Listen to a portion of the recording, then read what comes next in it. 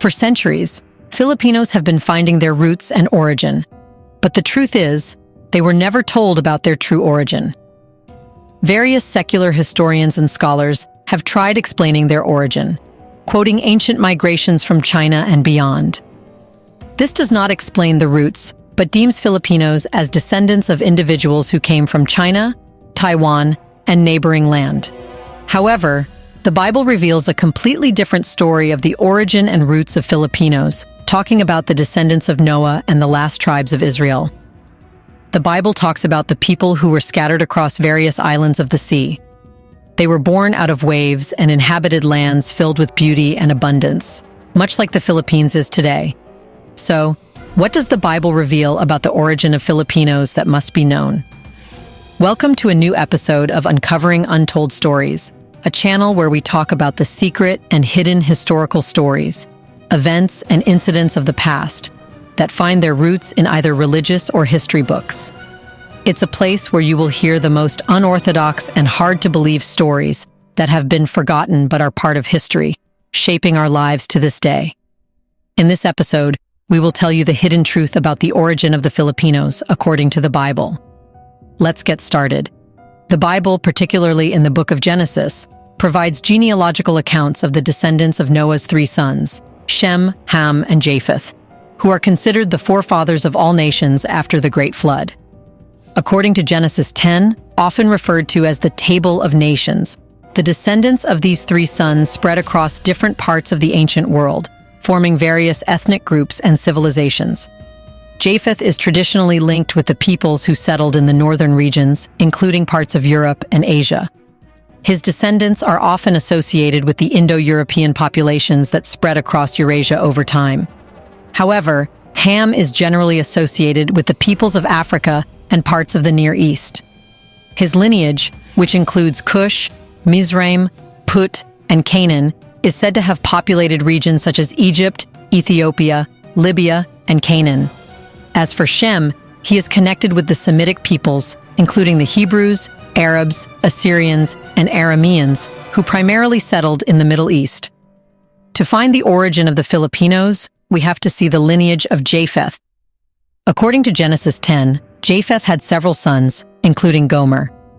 Gomer's sons were Ashkenaz, Riphath, and Togarmah. In some interpretations, the descendants of Togarmah are thought to have migrated to various parts of Asia, possibly reaching Southeast Asia, including the Philippines. Another link is drawn through the figure of Tarshish, a descendant of Javan, who was another son of Japheth. Tarshish is mentioned in the Bible as a far-off land known for its wealth, ships, and trade. It appears in the books of Isaiah, Jeremiah, Ezekiel, and Jonah. The exact location of Tarshish has been debated by scholars, with some suggesting it could be in the Western Mediterranean, such as Spain or Sardinia, while others propose a location further east, the Philippines to be precise. Some theories suggest that the descendants of Tarshish may have traveled further east, eventually reaching the islands of Southeast Asia, including the Philippines. Then comes the Hamitic theory. Besides Japheth's lineage, some interpretations propose a connection to the descendants of Ham, particularly through the ancient migrations of Hamitic peoples. Ham had four sons: Cush, Mizraim, Put, and Canaan. The Cushites are traditionally associated with Ethiopia and the region south of Egypt, Mizraim with Egypt, Put with Libya, and Canaan with the Levant. However, some suggest that Hamitic tribes, often associated with darker skin tones, may have intermingled with other groups, including those from Japheth's line, contributing to the genetic diversity seen among Filipinos today. The existence of dark-skinned Austronesian groups in the Philippines and other parts of Southeast Asia shows this diversity. This theory is further supported by the concept that ancient migrations were neither linear nor isolated, but involved multiple waves and interactions among different groups. As people moved across continents and islands, they likely encountered and intermingled with various ethnicities. The Austronesian migrations, which are crucial to the people of the Philippines, are believed to have included such complex interactions. Thus, the Hamitic theory suggests that the mixing of Ham's descendants with other lineages, including those from Japheth, may have played a role in shaping the ancestry of Southeast Asian populations, including Filipinos. Today, the cultural and genetic diversity of the Philippines shows its complex history of migrations, trade, and interactions with various peoples across different periods. The Austronesian-speaking peoples, believed to have migrated from Taiwan to the Philippines around 4,000 years ago, form the core of the Filipino population. However, their influences are not the only ones shaping the Filipino identity. Historical records and archaeological evidence indicate that the Philippines was a crossroads of cultures long before the Spanish arrived in the 16th century. The islands had interactions with Chinese, Indian, Arab, and later European traders and settlers. This diverse mix has left a significant mark on Filipino culture, language, religion, and even genetic makeup. But to further explore potential biblical connections to the origins of the Filipino people, it's important to consider the historical migration patterns and the Austronesian expansion that significantly shaped Southeast Asia and the Pacific's cultural and demographic landscape. The Austronesian-speaking peoples are believed to have originated from Taiwan between 3000 and 1500 BCE. From there, they set on extensive migrations that took them southward to the Philippines, Indonesia, Malaysia, and even as far as Madagascar and the Pacific Islands. It suggests that the ancestors of today's Filipinos were part of a larger wave of Austronesian-speaking peoples who traveled by sea, bringing with them unique languages, cultures, and genetic markers.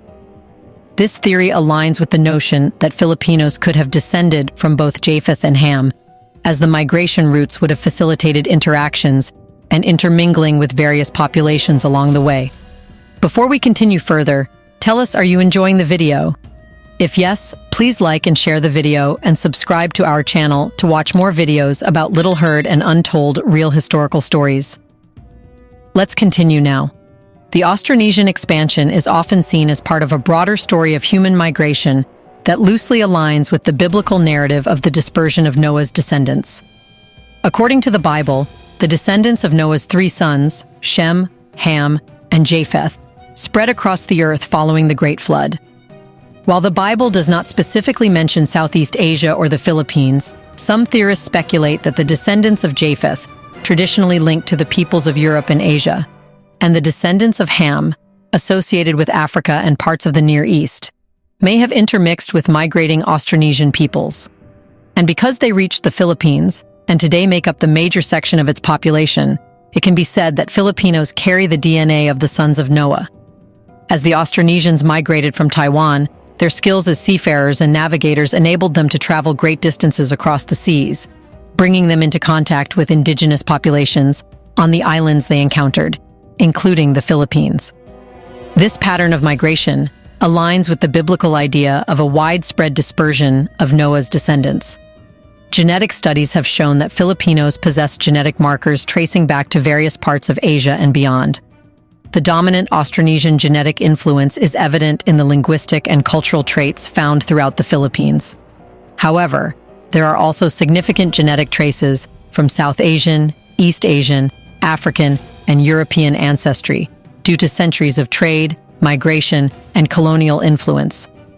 Physical characteristics such as almond-shaped eyes, dark straight hair, and a range of skin tones from light brown to darker shades suggest a mixed heritage.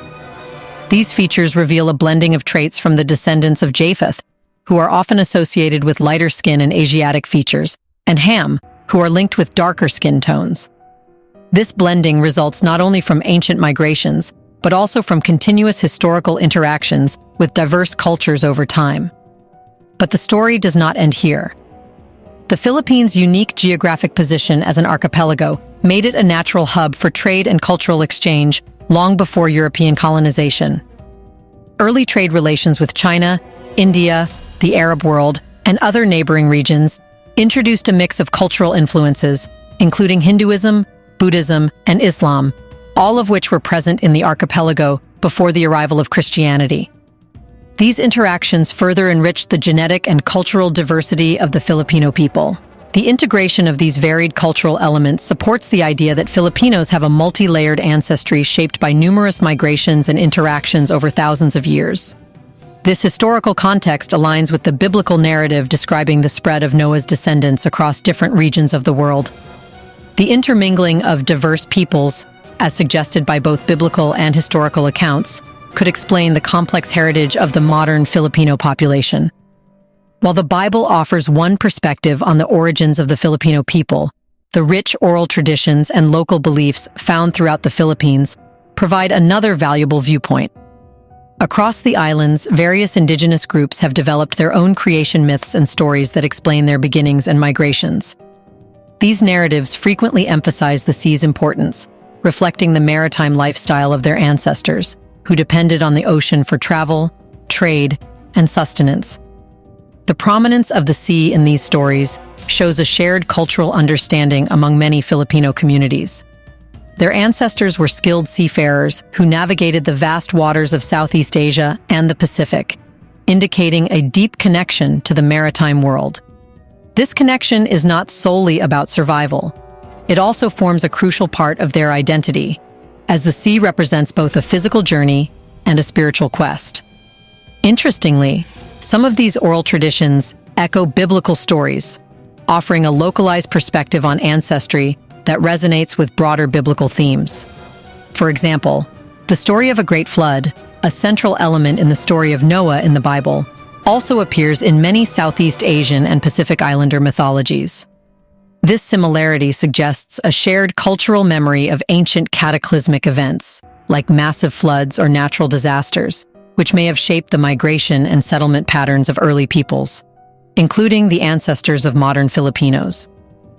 Exploring the possible biblical connections to the origins of the Filipino people has significant implications for modern identity formation and cultural pride.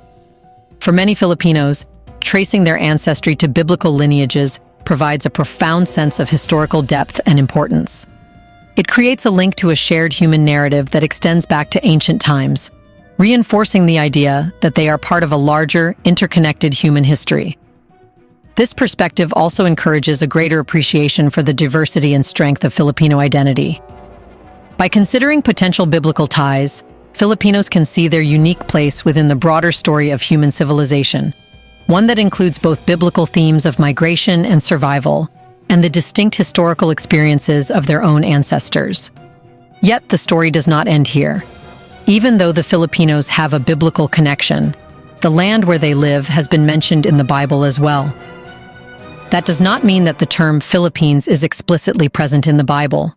Rather, a land has been explained that has all traits similar to the Philippines.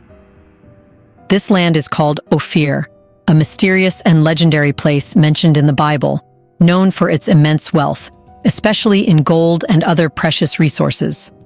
Ophir is most famously associated with King Solomon, who sent his fleet to Ophir to acquire gold and other valuable items.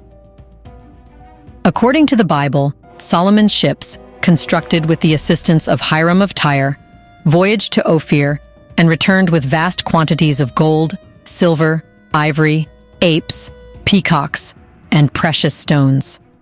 These treasures significantly contributed to Solomon's wealth and the splendor of his kingdom. Ophir's gold was particularly famous for its purity and high quality. The Bible frequently references gold of Ophir to signify gold of exceptional value.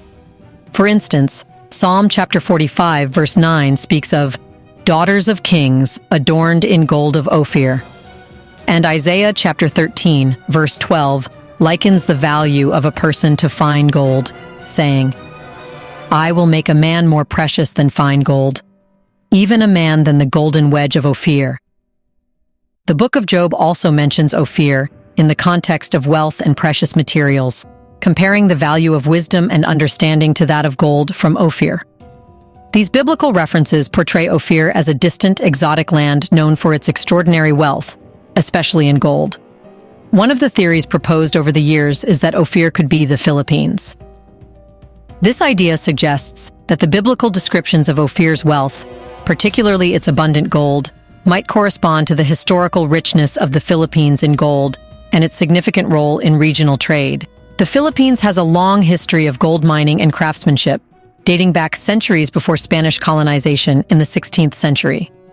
Early Chinese records describe the Philippines as a rich source of gold, and Spanish explorers like Antonio Pigafetta also noted the plentiful gold in the islands upon their arrival.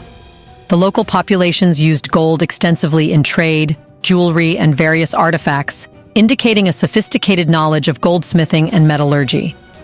The Philippine Islands were known for engaging in extensive trade with neighboring regions, including China, India, and Southeast Asia. The established maritime trade routes that connected these areas existed well before European contact, making it plausible that gold from the Philippines could have reached distant markets, including the Middle East. What's more, the Bible describes Ophir as a remote, exotic land accessible by sea, fitting the profile of a far-off trading partner reached only by long voyages. As an archipelago located in Southeast Asia, the Philippines would have been considered a distant and exotic destination by the ancient Near Eastern civilizations. The Philippines' location along ancient maritime trade routes, connecting the Indian Ocean to the South China Sea and beyond, would have facilitated the movement of goods, including gold, to other parts of the ancient world. Traders from the Arabian Peninsula, Africa, and the Mediterranean had extensive networks reaching into Southeast Asia, making trade with distant lands like the Philippines conceivable.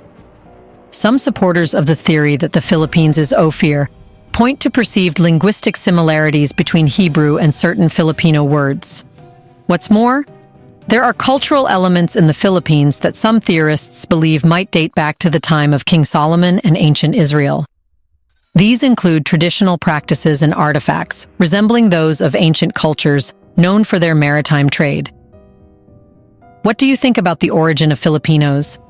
Isn't it true that their friendly, loving, caring, and honest nature makes them unique and like no one else? In the comment section right below, share your thoughts on your experience with the Filipinos and how they are by nature. Do you want to watch more videos like this one? If yes, subscribe to our channel and press the bell icon next to it. We bring videos on stories that might sound controversial, mysterious, and shocking, but are real and have roots in religious and history books. Thanks for watching, and until the next video, stay tuned.